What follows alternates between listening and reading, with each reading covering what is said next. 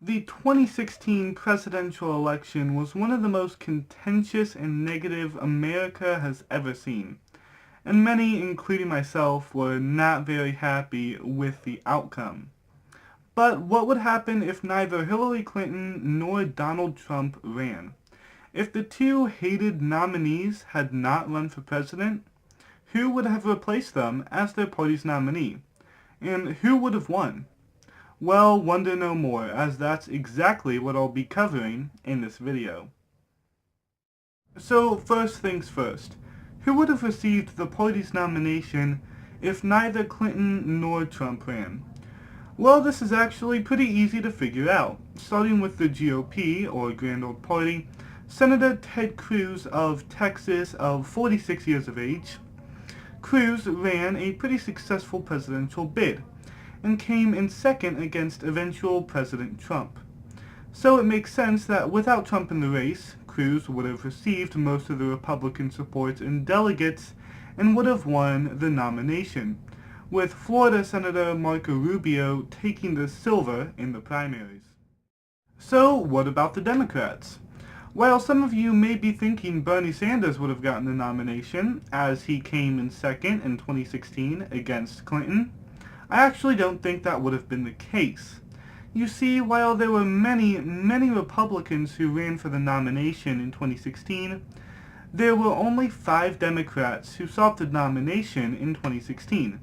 And that's mostly because almost everyone assumed Hillary was going to become the nominee, which was correct.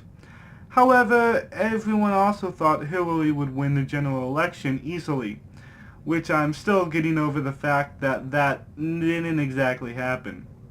Anyway, if Clinton had not run, then many more Democratic senators and governors would have run for the nomination in 2016. But I don't think any senator or governor would have been nominated by the Democrats. Instead, it would be Vice President Joe Biden, former senator from Delaware of, I believe, 74 years old.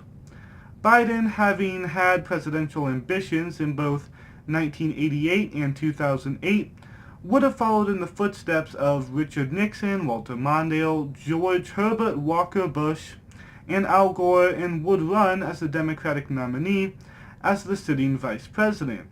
Biden even expressed, along the lines of, that if Clinton had not run, he probably would have ran for president.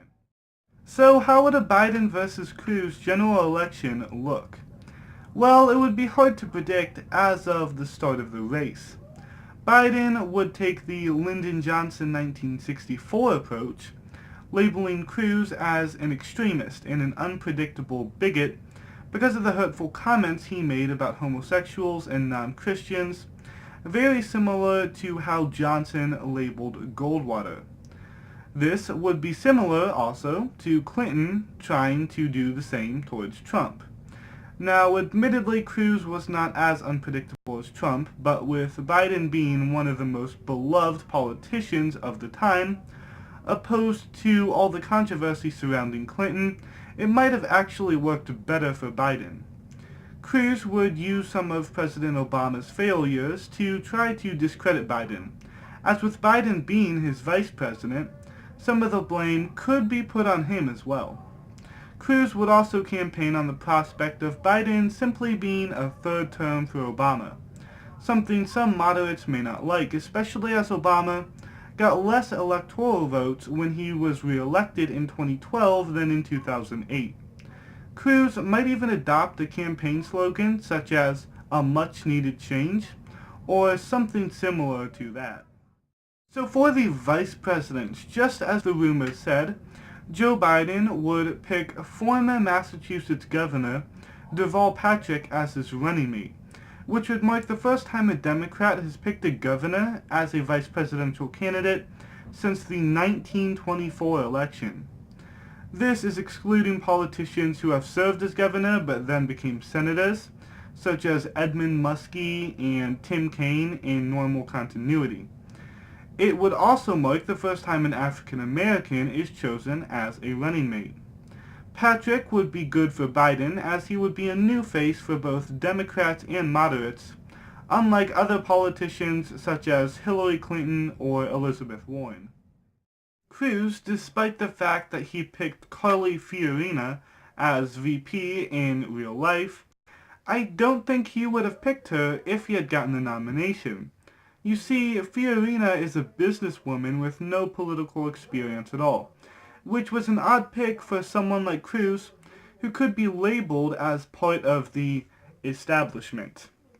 My guess is that by this point, Trump was obviously going to get the nomination, so no Republican politician would join with Cruz to try and stop Trump, as it would seem like a pointless attempt.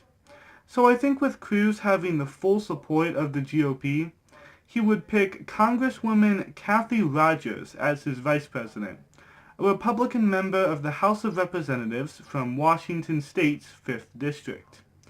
Rogers is a pretty popular and well-liked politician in her party, and might get some northern votes, being from Washington, while Cruz originates from Texas. So how would the election end? Well, it would be close, and I could really see it going either way. But in the end, I think Joe Biden would come out as the winner. Because of changing demographics, a lot of people would turn away from Cruz because of his radical conservative social issues. Also, with Biden having served in the Senate for so long and being a fan favorite of the working class, which is part of the reason why Obama chose him as VP in 2008, he might have been able to gain the middle class vote. But don't think I'm being biased towards my own party. I don't think Biden would have blown out Cruz like Obama did McCain. I'm guessing he would have gotten no more than 280 or 290 electoral votes, as Biden would mark the third consecutive term of Democrats in the White House. So that was my alternative 2016 election. Hope you enjoyed. Don't forget to like, subscribe, comment if you want. There'll be more not coaster content. There'll be more political content coming up soon. And I will see you all next time.